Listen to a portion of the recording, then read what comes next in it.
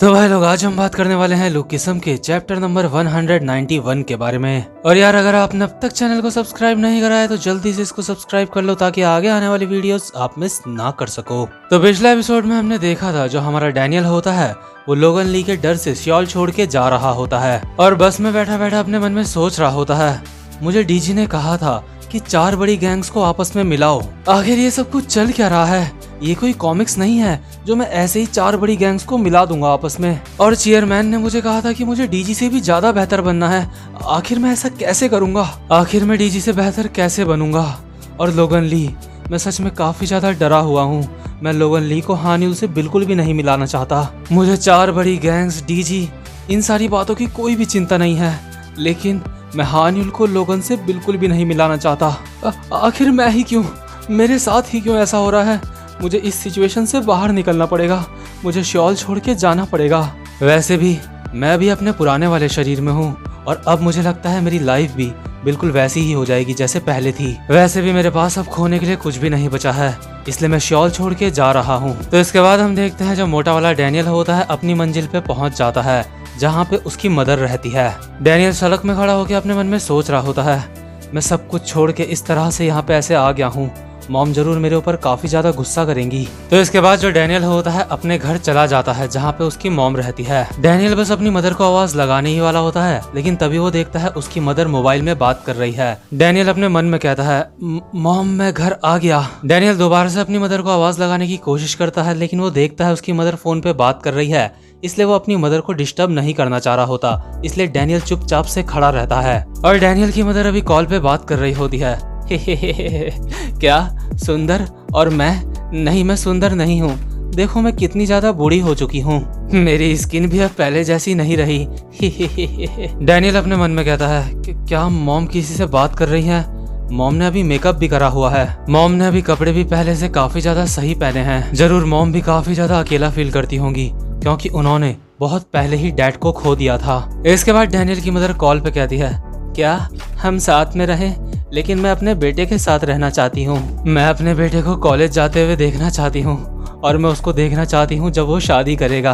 तुम मुझे बताओ, अगर हम साथ में रहें तो डैनियल मेरे बिना क्या करेगा? और यार, जो डैनियल की मदर अभी होती है ना, उनकी बातों से बिल्कुल ऐसा लग रहा होता है जैसे कि वो दूसरी शादी करने की सोच रही है, लेकिन डैनियल की वजह से वो ऐसा नहीं कर रही है। तो इसके बाद डैनियल की मदर कॉल कट करती है और कहती है, आखिर अभी डैनियल क्या कर रहा होगा, चलो उसको कॉल करते हैं। डैनियल की मदर डैनियल को बार बार कॉल कर रही होती है, लेकिन डैनियल कॉल पिक नहीं कर रहा होता और डैनियल यहाँ से भाग जाता है। डैनियल भागते भागते अपने मन में सोचता है, मैं अपनी माँ के ऊपर और ज्यादा बोझ नहीं बन सकता। यानी कि डैनियल सियोल से तो भाग ही गया था, अब वो अपने घर से भी भाग जाता है। और अभी हम देखते हैं शाम का वक्त हो चुका होता है और डैनियल एक बेंच के ऊपर बैठा होता है। डैनियल अभी अपने मन में सोच रहा होता है, आखिर अब मैं क्या करूं?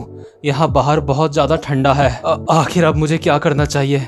आखिर आज रात को मैं कहाँ पे सोऊं? मुझे पहले इस बात का बिल्कुल भी अंदाजा नहीं था कि ये बात कितनी ज्यादा मुश्किल होती है जब तुम्हारे पास छत नहीं होती अपना सर छुपाने के लिए। मैं जिस बेंच के ऊपर बैठा हूँ, मेरा मन कर रहा है कि मैं इसी के ऊपर सो जाऊं, लेकिन मैं ऐसा नहीं कर सकता क्योंकि इसके ऊपर 2 बार्स लगे हैं। और डैनियल इस बेंच के ऊपर सोने की कोशिश भी करता है, लेकिन वो ऐसा नहीं कर पाता इन 2 बार्स की वजह से। डैनियल अभी हांफते हांफते कहता है, शिट, मैं इसके ऊपर नहीं सो पा रहा हूँ। मैंने ये पहले कभी भी नोटिस नहीं करा, क्योंकि यार ऐसी बेंच के ऊपर ऐसे बार्स सिर्फ वही इंसान नोटिस कर सकता है जिसके पास सोने के लिए जगह ना हो। और भाई लोग, अगर आप कभी गुस्से में घर छोड़ के गए हो या फिर जाने वाले हो तो ये वीडियो आपको जरूर देखनी चाहिए। और अगर आप अपनी लाइफ में ऐसा कभी नहीं करने वाले, घर छोड़ के नहीं जाने वाले, तो आपको पता होना चाहिए जो ऐसा करते हैं उनके साथ क्या होता है। और अभी हमें ये बात बताई जाती है, ये जो बेंच में बार लगे होते हैं ना, गवर्नमेंट ने ये जानबूझ के लगाए होते हैं ताकि जो बेघर लोग हैं वो इस बेंच को अपना अड्डा ना बना ले। और डैनियल अपने मन में सोच रहा होता है,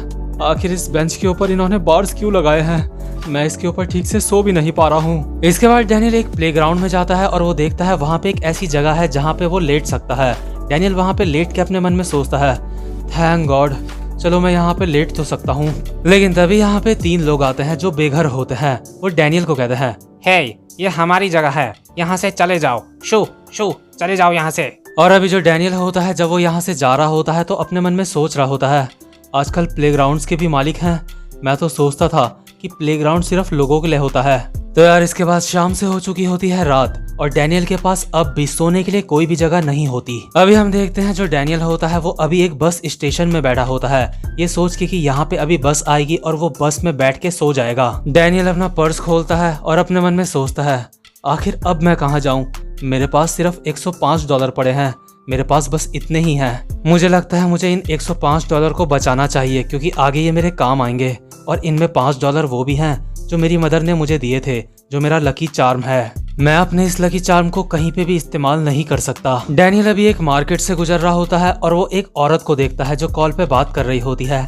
बेटा आज मदर को आने में लेट हो जाएगी, ठीक है ना बेटा, तुम सो जाना। डैनियल सारे के सारे लोगों को देख के अपने मन में सोच रहा होता है ये जितने भी लोग हैं इन सबके पास रहने के लिए जगह है लेकिन मेरे पास नहीं है। डैनियल इसके बाद एक पीसी कैफे देखता है और अपने मन में सोचता है मैं यहाँ पे नहीं रह सकता, यहाँ पे स्टूडेंट्स अलाउड नहीं है। इसके बाद डैनियल एक और जगह देखता है जिसके बाहर लिखा होता है 24 आवर सौना, और ये वो जगह होती है जहाँ पे लोग नहाने के लिए आते हैं और यहाँ पे सोने की भी व्यवस्था होती है। लेकिन इसके बाहर भी लिखा होता है जितने भी 18 साल से नीचे के लोग हैं उन्हें यहाँ पे अपने पेरेंट्स के साथ आना अलाउड है, वो यहाँ पे अकेले नहीं आ सकते। डैनियल इसके बाद कई सारी और जगहें देखता है लेकिन वहाँ पे कहीं पे भी स्टूडेंट्स को आना अलाउड नहीं होता। वैसे अगर बात सुबह की होती तो स्टूडेंट्स को आना अलाउड होता है, लेकिन अभी 10 से ज्यादा बज चुके होते हैं और 10 से ज्यादा बजने के बाद जितने भी स्टूडेंट होते हैं उन सबको अपने पेरेंट्स के साथ ही आना अलाउड किया जाता है। इसके बाद डैनियल की नजर पड़ती है एक कॉमिक कैफे नाम की जगह पे, और कॉमिक कैफे के बाहर लिखा होता है कि यहाँ पे आप 1 घंटा रुक सकते हो 50 सेंट देके।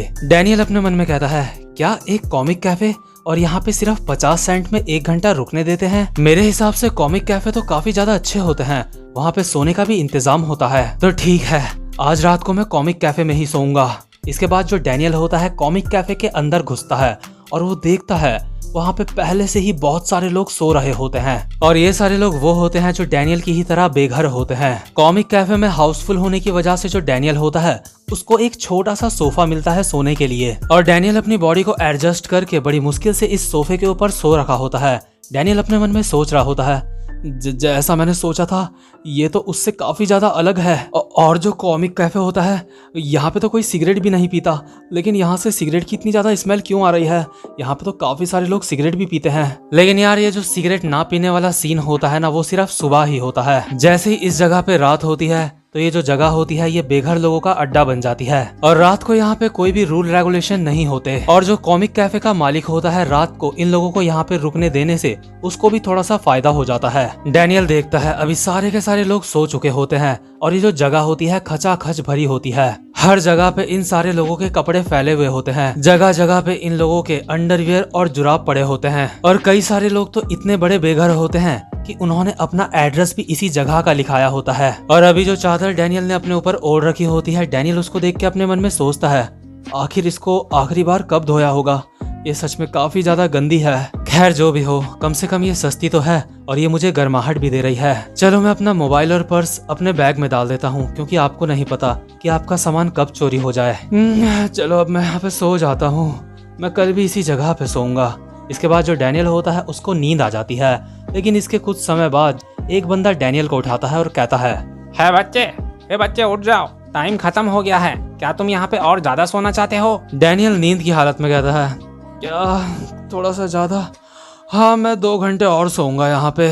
इसके बाद ये दूसरा बंदा कहता है तुम्हें पहले पैसे देने पड़ेंगे, पहले पैसे दो। 2 घंटे एक्स्ट्रा सोने के तुम्हारे पूरे के पूरे $1 लगेंगे। डैनियल अपने बैग की तरफ हाथ बढ़ाता है और कहता है हाँ ठीक है रुको मैं देता हूँ। लेकिन जो डैनियल होता है उसको उसका बैग महसूस नहीं होता, यानी कि डैनियल का बैग चोरी हो चुका होता है और इस जगह पे नोटिस भी लगा होता है अगर तुम्हारा सामान चोरी हो गया तो इसके जिम्मेदार हम नहीं होंगे। तो क्योंकि अभी डैनियल के पास पैसे नहीं होते इसलिए डैनियल यहाँ पे और ज्यादा नहीं रुक सकता था, इसलिए डैनियल यहाँ से बाहर आ जाता है और अभी एक जगह पे बैठा हुआ होता है और बाहर अभी बहुत जोरों से बारिश हो रही होती है। लेकिन जो डैनियल होता है अभी ऐसी जगह पे बैठा होता है जहाँ पे ऊपर छत होती है लेकिन ये एक सड़क होती है, और डैनियल का जो बैग होता है वो द मोल नाम के किसी चोर ने चुराया होता है। कॉमिक कैफे के ही एक बंदे ने डैनियल को इस चोर का नाम बताया होता है और उसने डैनियल को ये भी कहा होता है देखो बच्चे वो जो चोर है वो इस एरिया में काफी ज्यादा फेमस है।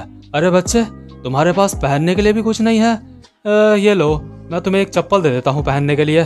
तो डैनियल ने अभी चप्पल भी मांगी भी पहनी होती है और वो अभी बारिश की वजह से थोड़ा सा भीग भी गया होता है और अपने मन में सोच रहा होता है, मेरा मोबाइल, मेरा पर्स, मेरा बैग, मेरा लकी चार्म, सब कुछ चोरी हो गया है। मुझे काफ़ी ज़्यादा ठंड लग रही है और मुझे काफ़ी ज़्यादा भूख भी लग रही है। आखिर मुझे अब क्या करना चाहिए? जब पूरी की पूरी सिटी सो रही होती है तो जो अंडरवर्ल्ड होता है वो उस वक्त पूरा का पूरा जगा हुआ होता है। और यार डैनियल का अंडरवर्ल्ड से मतलब गैंगस्टर लोगों से नहीं होता, डैनियल का मतलब होता है जितने भी भिखारी लोग बेघर लोग होते हैं उनसे होता है उसका मतलब। और धीरे धीरे जो डैनियल होता है उसे बेघर लोगों की दुनिया भी देखने को मिलती है। डैनियल अभी अपने बगल में देखता है, उसके बगल में अभी बहुत सारे बेघर लोग सो रहे होते हैं। और क्योंकि जो ये सड़क होती है, क्योंकि ये एक टनल के अंदर होती है, इसलिए यहाँ पे बारिश भी नहीं आ सकती होती और इसीलिए यहाँ पे इतने सारे बेघर लोग सो रहे होते हैं। डैनियल अपने मन में सोच रहा होता है, मुझे सच में काफ़ी ज़्यादा डर लग रहा है कि क्या मुझे घर वापस से चले जाना चाहिए। नहीं, मैं अपनी माँ के ऊपर और ज़्यादा बोझ नहीं बन सकता। लेकिन तभी अचानक से डैनियल देखता है यहाँ पे जो कुछ बेघर लोग होते हैं वो आपस में लड़ रहे होते हैं और बोल रहे होते हैं, ये मुझे दो, ये मेरा है, मुझे दो इसे। और डैनियल अपने मन में सोच रहा होता है, क्या ये लोग आपस में लड़ रहे हैं? आखिर ये लोग आपस में किस चीज के लिए लड़ रहे हैं? लेकिन तभी डैनियल की नजर पड़ती है, ये जो बेघर लोग होते हैं इनके हाथ में तो डैनियल का ही पर्स होता है। डैनियल अपने मन में सोचता है कि क्या वो मेरा पर्स है? और इसी के साथ ये वाला चैप्टर यहीं पे खत्म हो जाता है। उम्मीद करता हूँ कि आपको आज की वीडियो भी अच्छी लगी हो, और अगर आपको आज की वीडियो अच्छी लगी हो तो चैनल को सब्सक्राइब और वीडियो को लाइक जरूर से कर देना यार, ताकि आगे मैं जो भी वीडियो अपलोड करूँ आप उसको कभी भी मिस ना कर पाओ। तो भाई लोग अब मैं मिलता हूँ आपसे अपनी नेक्स्ट वीडियो में, तब तक के लिए गुड बाय।